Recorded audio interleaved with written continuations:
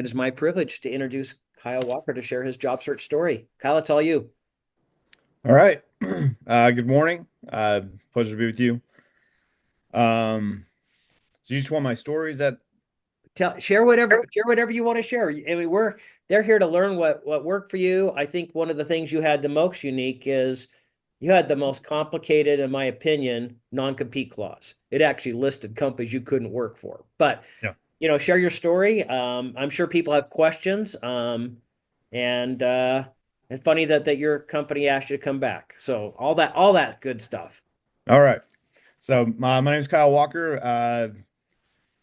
I recently was let go from UPS. I was got my construction management degree. I've worked for a general contractor for a number of years. As I was working for them, um,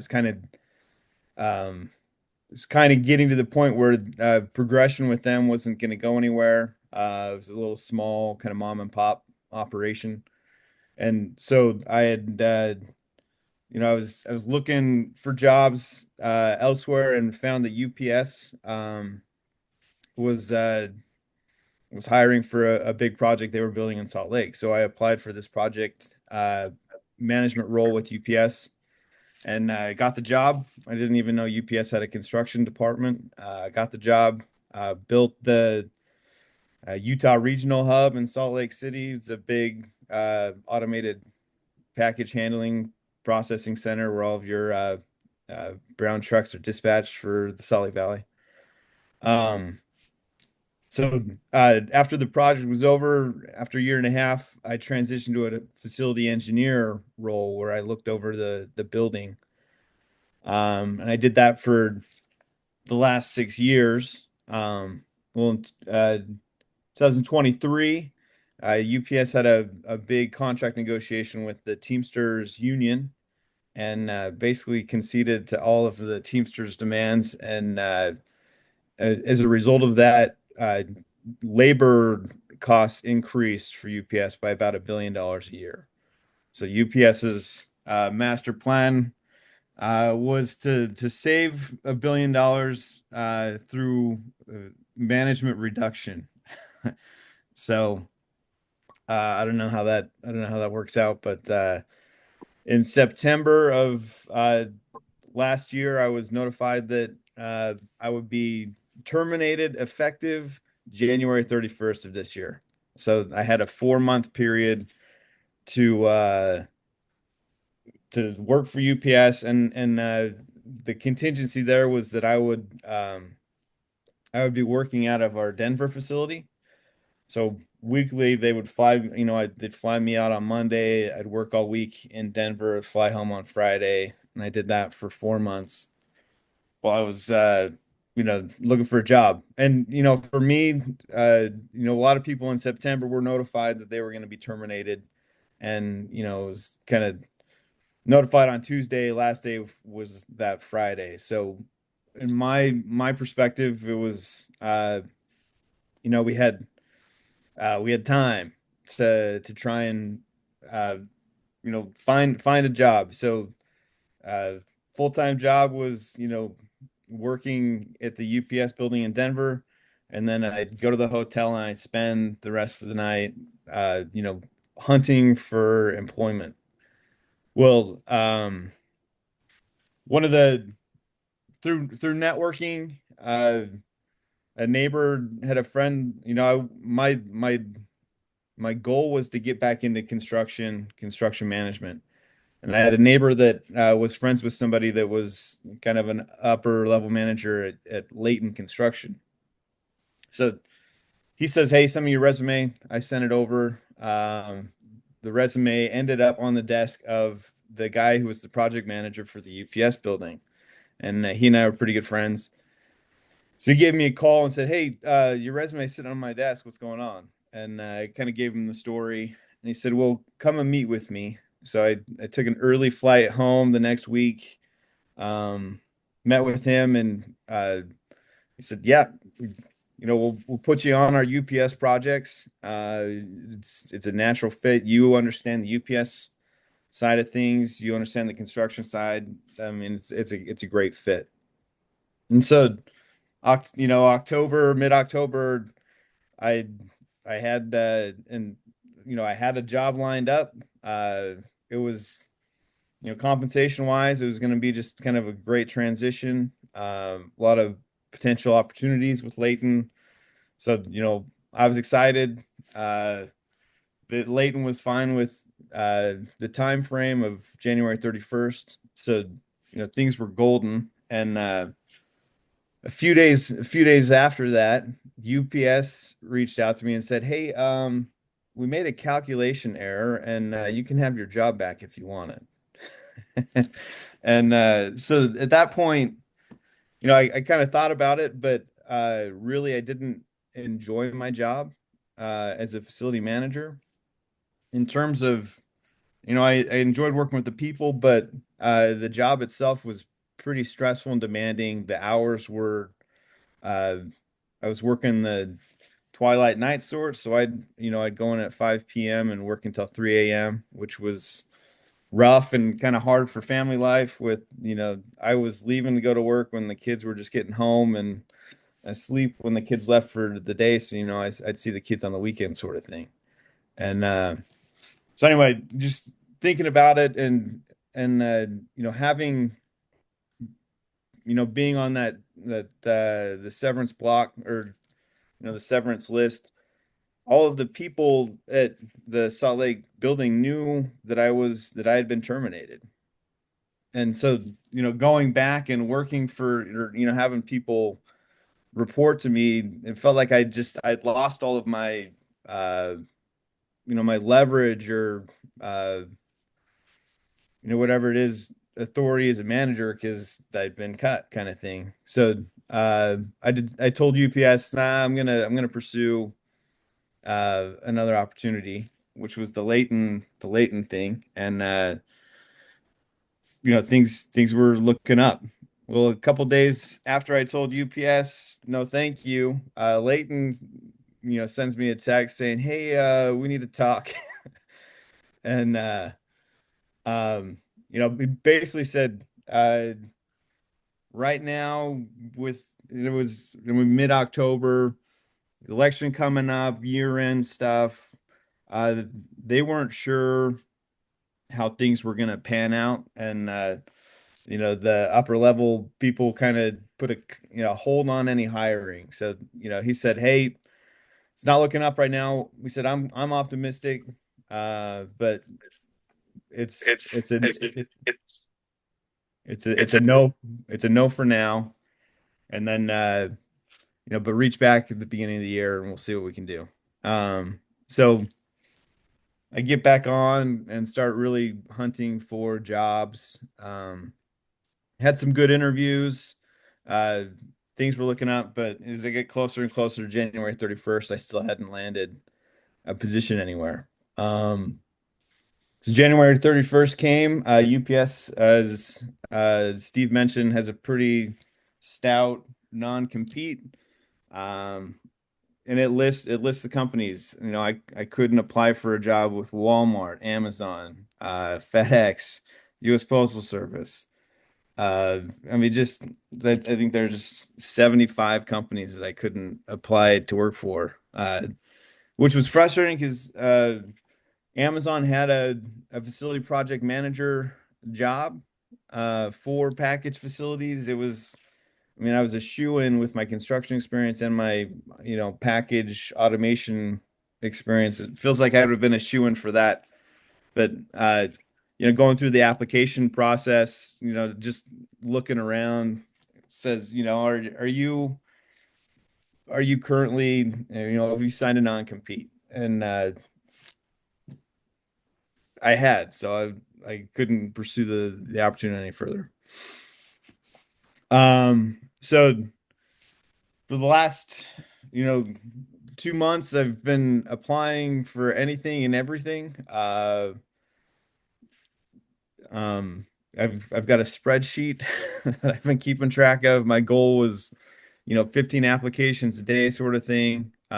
Just going at it pretty hard. Uh, you know, when I was in Colorado, I was pretty laser focused. I was cherry picking the best opportunities, stuff that I really was excited about, or whatever it was. And come February, it's we got to go shotgun approach, just hit anything and everything.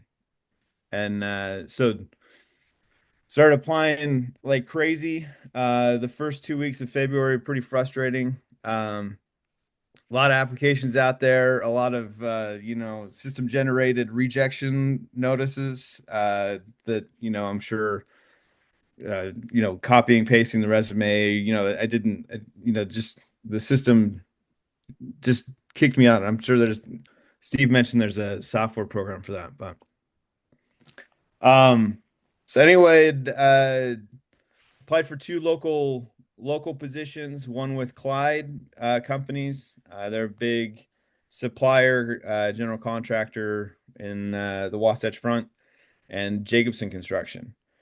And so I'd interviewed for both. Had a when I interviewed for Clyde, it was for a construction internal construction manager position. I was excited for it.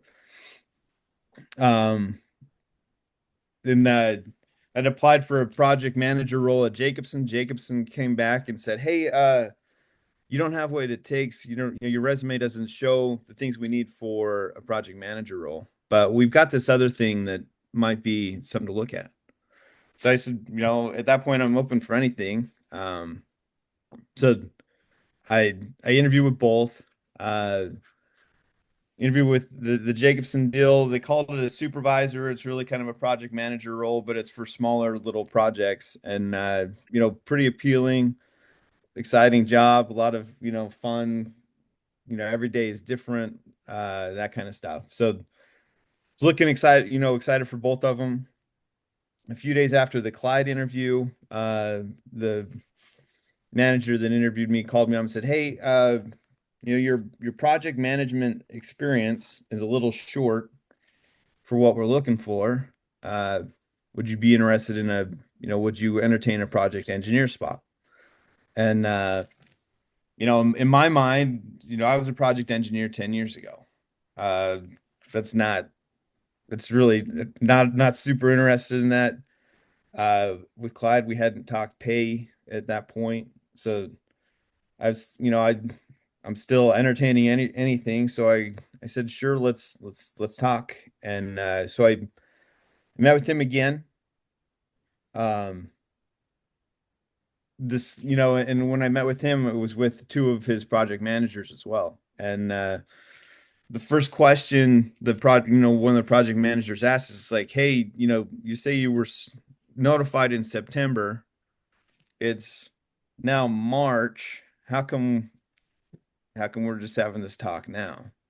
And I had to go into the whole backstory of, I had a sure thing with Leighton until it wasn't a sure thing. And uh, so that kind of, settled them down a little bit. But uh, in that interview, I told about my experience with the Leighton, project manager, and him reaching out and working together and all that. So after the interview, the manager called me up and said, "Hey, can you give me the manager at Leighton's information? I want to give him a call."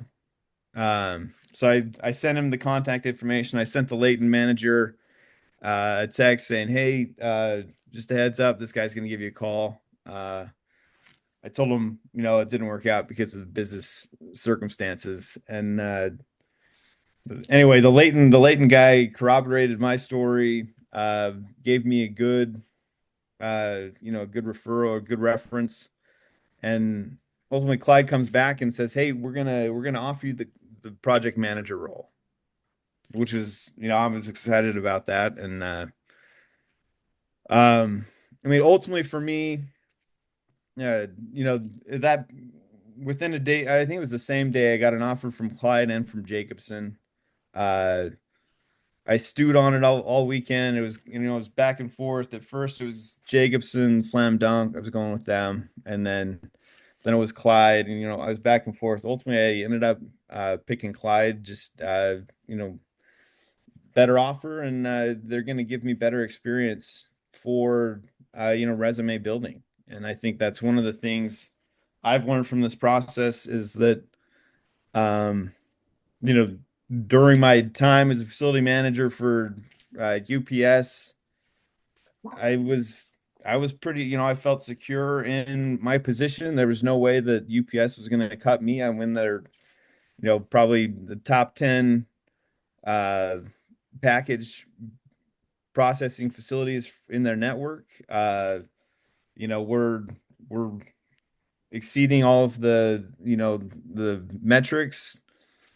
I figured there's no way they were going to cut our department, and I was wrong.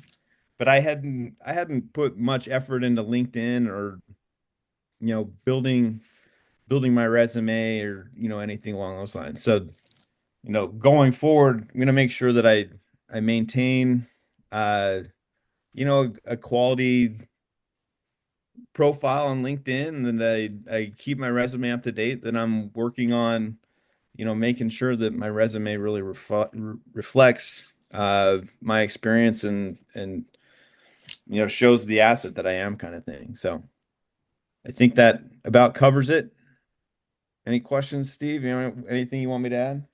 Um, I- I'll ask the question. I'm curious. I don't know if anybody else is curious. Are you making the same amount of money, more or less, than you did at UPS? The Clyde offers base salary will be um, a little bit less, but overall package will be a little bit more. Okay. All right. Well, I'm going to put people up here and let them ask questions. So, first person I'm going to stick up here is the only lady in the group. I'll let her ask the first question.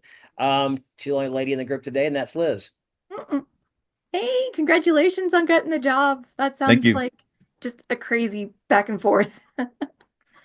Um, oh my goodness. I was just curious that whole non-compete thing.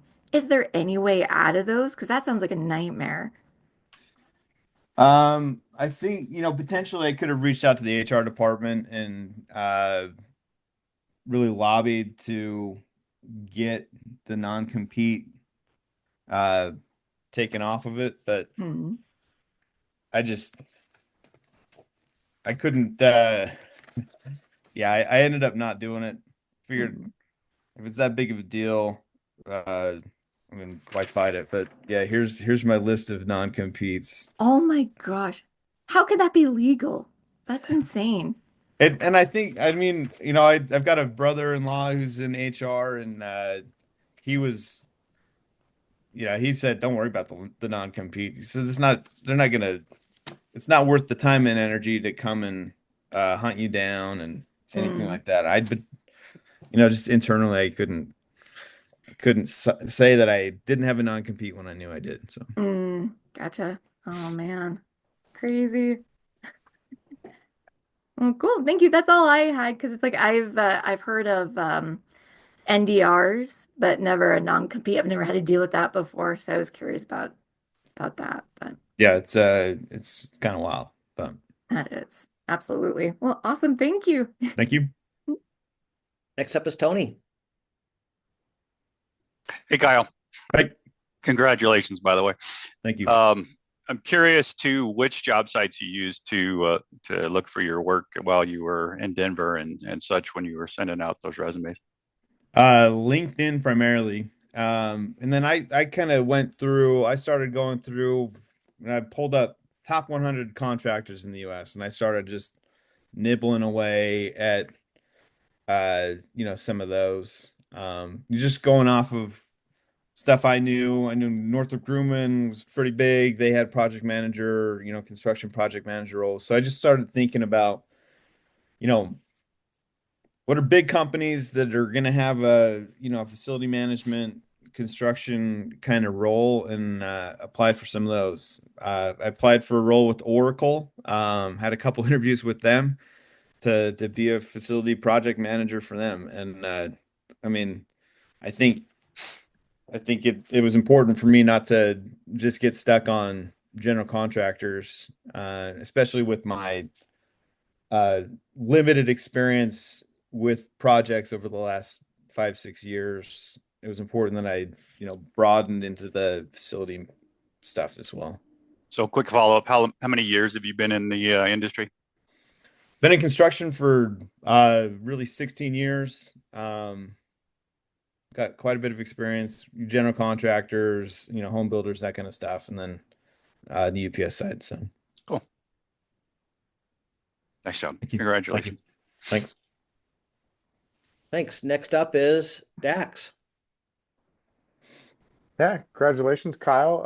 Thank you. Yeah, seems like a wild ride, and I also I don't really have a question. I think I just would congratulate you on it. Sounds like you had good patience when they sort of asked the question of like why you've been got laid off back in September or whatever, and we're barely having this conversation now. That's one thing I've had to have a little patience with a couple of times when people are like, don't ask me a question that you don't know about if you haven't been in this situation. So yeah, that's really just my only comment is that's one of those things where I think we have to learn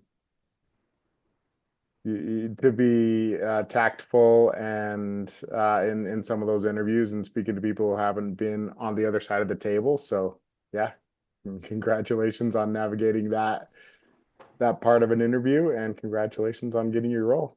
Thank you. And I think for me, going along with that, after 4 months of looking and not really having any offers, started to really kind of beat up on my self-esteem a little bit.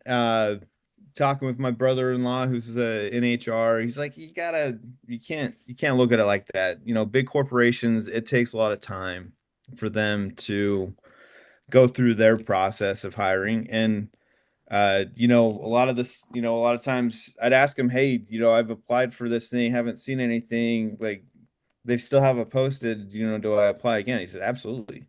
Because there's a good chance that your resume lands on somebody else's desk who is going to see you differently than the last person. So don't be afraid to apply for the job multiple times, or don't be afraid to apply for, I'd see a lot of companies that would have like 3 or 4 different positions posted and not knowing what their internal classifications are for,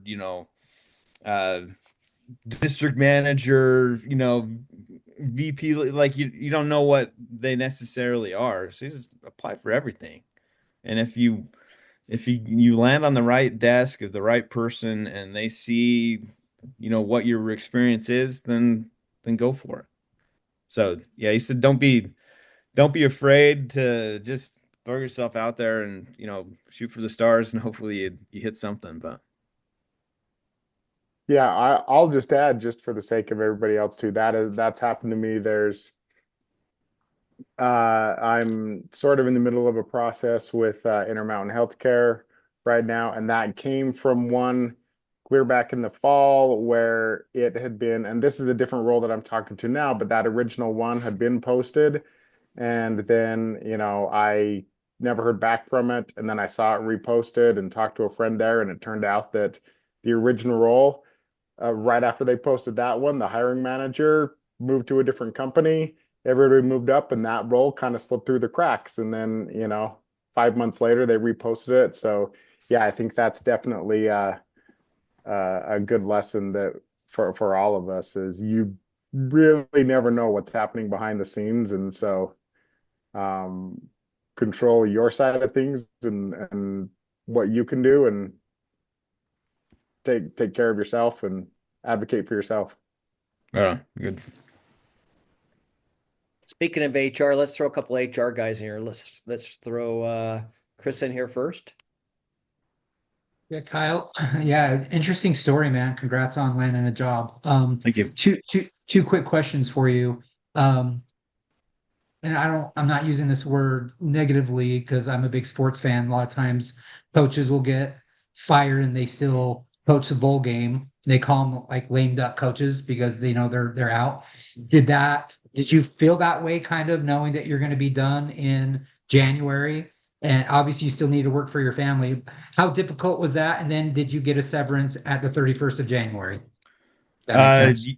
Yeah, I did get a severance. So thankfully I was okay there. And I did feel that lame duck, deal both in Salt Lake. My intent, transitioning from Salt Lake to Denver, I had a week and a half of Salt Lake after I'd been notified before I started working at a Denver. My goal was to not tell anybody. I was just gonna move to I was just gonna transition to that Denver role, and uh, the Salt Lake guys would have just been wondering what happened. Well, rumor mill spread, word got out, and within 24 hours of being notified in Salt Lake, everyone in Salt Lake knew. And so at that point, my time in Salt Lake, like I really did. I was like, what am I even doing here? Because I'm not managing anybody. So yeah, I felt that way in Denver. I told the other two managers that I was working with, but I didn't tell anybody that I was on the chopping block. But my division manager, who's really ultimately my boss, she came out for a visit in early January, I think it was late December, early January, and she had a meeting with some of the mechanics and told the mechanics that I was leaving, which kind of just took the wind out of my sails. Uh, you know, they all looked at me with pity and sorry, and I didn't want any of that. I wanted to do my job and not have anybody, wishing me luck or anything like that. So Okay, thank you. All right. On here. Here we go. Okay. Next up is Rennie. Two HR people. Let's have the HR people here. And I'm just curious, either of you two, what'd you think about his non-compete? Very interesting. I'd say I've never heard of that before. yeah, very interesting. Especially for so many companies to be on that list. Yeah, never and seen that before, but yeah.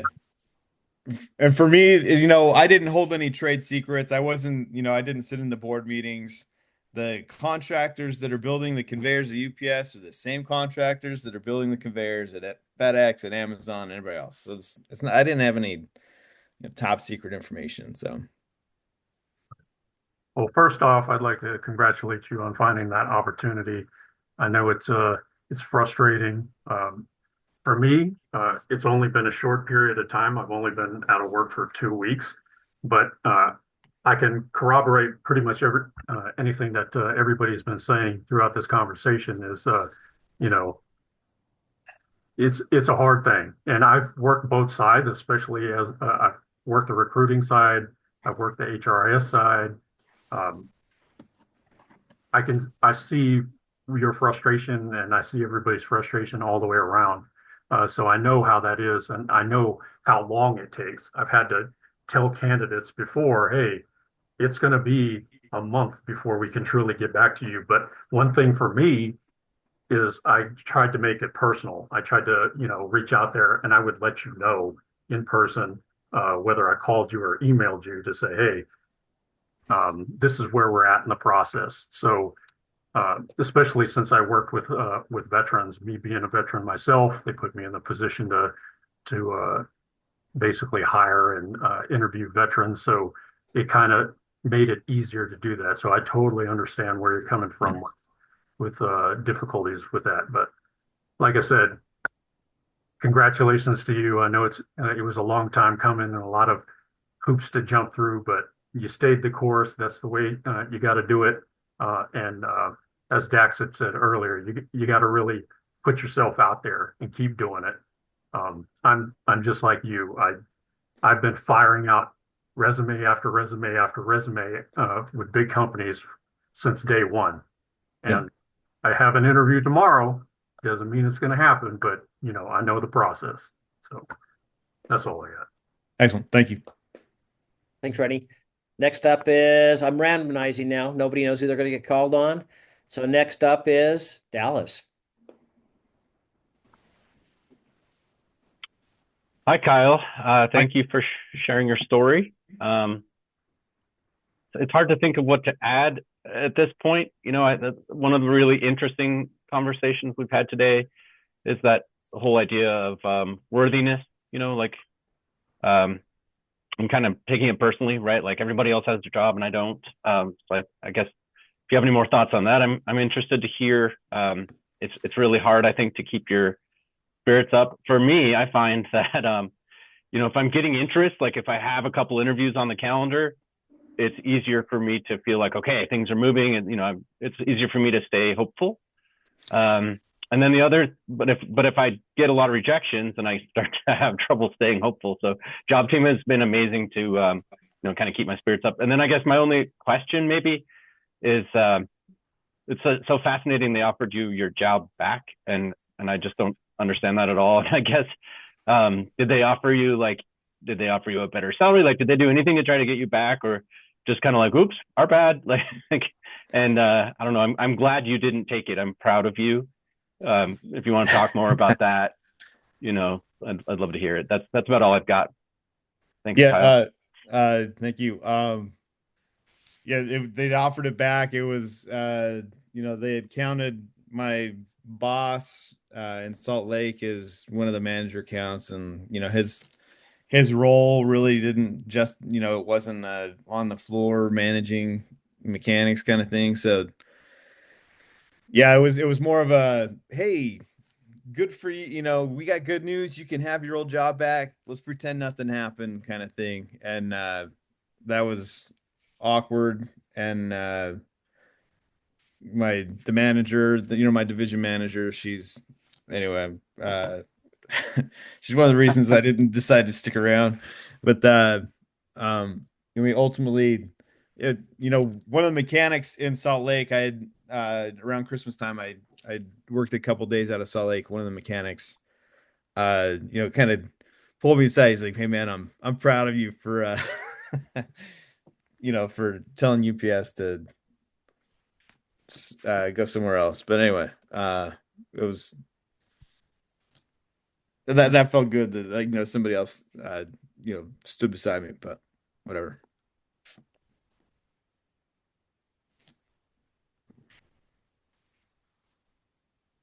Okay. That's it for me.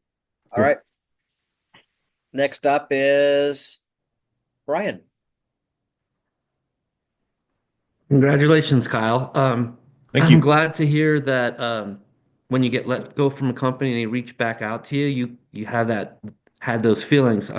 My situation was where the store closed, not because of performance, because of a leasing issue, and the employees found out before the company could tell us what was going on because of social media. So we were like, okay, and they told us when we're going to close. So in order to stay on and get our severance packages, depending on the years that you worked, I was working with the company for 10 years. So I had those feelings of, I'm not managing people. We're literally dismantling the store. They said, because of this, we don't know if we're going to open up a new location in the Riverdale area and such. And I kind of, took my uniforms and stuff, and in the garbage they went, thinking, I'm done. I gotta search for something new. This is not applicable to me. Um, Little did I know that they turned around and they've been in contact with me, reaching out. It's like, hey, we got this new location coming up, and I'm thinking, man, I have to. After we just told all of our employees, and the more full-time employees have already led on to other employment, but some other employees that we bring in from time to time, hey, we're done, blah blah blah. I didn't want to hear the sorry to hear this. I was kind of really, taken back. I didn't want to lose my job, and I had this opportunity. Hopefully, I'll hear from them today, and they say yes. But the day that I had that last Friday when I had that live interview, they reached out to me and wanted me to commit to say, hey, we're moving, we're shaking, and is this something you want to do? We can have HR reach out and blah blah blah. Suspend your severance for a little bit while you help out, and then we'll finish up your package. So it is frustrating, and I didn't commit to anything. So even though I need a job, I'm still in that hunt, and it's good to hear that other people can feel that way too. I appreciate that. Okay. Next up is Jeff. Yeah, like everyone else, I just echo congratulations. Thank you. I want to say something. I can't really add much, but as I thought about it, I wanted to speak especially to the men. So Liz, just hang on. And that is, as men, we tend to be not very good at reaching out and sharing things that are going on in our lives. And I just want to encourage everybody to, while we would ideally wish that this would all be seamless and our pride would be intact and we would land a new position in no time, and there is a seamless transition, it's important for us, I believe, to talk to other men, like is happening now, but even in your personal world, to not keep things secret, because there is no shame in, not having a job and looking for a job. It feels that way, and I come from a time when, it was considered shameful even to apply for unemployment. Okay, so I just want to encourage everybody to make sure that to stay upbeat and emotionally healthy, to reach out to others, some trusted sources, some trusted souls in your lives, and spend time there. It's okay. It's just things are different nowadays. That's all. All right. And Liz, it's okay to network too. It's okay. I call it networking. We all need to do that. We need to reach out and not keep it a secret. It's hard. It's hard. Sometimes your career coach, I did it wrong the first time. I did closet job searching. I didn't want anybody to know that I was out of work. I was embarrassed, and I was afraid like I feel like I did something wrong. I don't know about any of you that feel that way, but it's not like I know what happened. I know it was a business decision, but it felt like, I was worried about that. Well, what did you do? Like the National Enquirer, the family, like what did you do? How'd you screw up, Steve? What did you do? So I get that. Next up is Justin. Justin, you look like a priest today. I got to just tell you that. He doesn't, you guys, everybody with me? He looks like a priest with a little white collar on there. Okay. Hopefully everybody's laughing. I think it's funny. Okay. Well, I'm not a good priest. Well, congratulations. Thank you. The non-compete, it's not familiar to me. Like, were you not able to apply because you hadn't completely been severed with the company at the moment in time? No, the non-compete basically says for the period of they give me a time frame for a year. I could not apply for a position with any of those companies. So, one of them is DoorDash. Like I can't be a DoorDash driver. Anyway, it's just like a certain period of time after being severed. Yeah, certain period effective January 31st for me. I had 12, so January 31st, 2026, I could start applying at, Amazon or whatever it is. Yeah, well, I'm a flex driver on the side, so yeah, I feel your pain. Thank you. Okay. All right. Looking to see who I have not called on. Oliver. Hey, congratulations on getting a job. That's wonderful. I'm curious, as you went through this interview process with these two different companies, what caught your attention in the interview processes themselves that kind of helped you make a decision as to which offer to accept? Uh, advice from my father-in-law really kind of helped me out. He said, who can you see as your boss? Who would you rather work for? So going into the interview process, keeping in mind that, the person you're talking with is potentially going to be your boss. And so kind of gauging their character, gauging, how they are as a person and, how you fit personality wise with them. That all kind of played a part. And in the interviews themselves, were there any parts of those conversations that were caught your attention or were interesting? Just kind of as I'm going into this process of getting beyond some initial interviews and actually talking to people. Just curious about that process and how that worked out for you from the side of the actual questions and the conversations you had. I think kind of being real helps. Come from a standpoint where I used to interview people to to hire, like getting to know them a little bit personality wise. The question I always hate asking me, hey, tell me about yourself, and it's like, well, where do you want me to start? So having that pitch kind of ready to roll helps out quite a bit. But I mean, ultimately, just don't let them, sometimes they throw stuff out to try and, get you flustered or whatever. But just be yourself, let your personality show, be honest. And I think that shows out well, it shows well in an interview. Thanks very much. Well, thank you. I think we got almost everybody, but guess what? Kyle's out of time. He's got to prep for a 10 o'clock and he's got like less than 7 minutes to do it.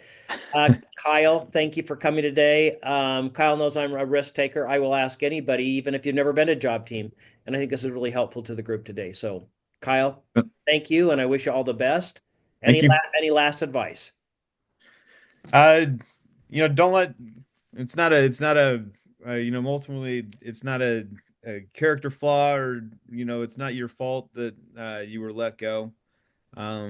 Just be persistent, network like crazy, take advantage of every opportunity you have, even if it feels like it might be, a step down. I think ultimately, until you sign the dotted line, all options are open, and entertain everything so that you can make sure that you're giving yourself the best option. So that's kind of my advice right now. Well, thank you, Kyle, and wish you the best. If you need anything, always reach out to me. Okay. You got it. Same. Right, thanks. Thank you. Bye-bye. See ya.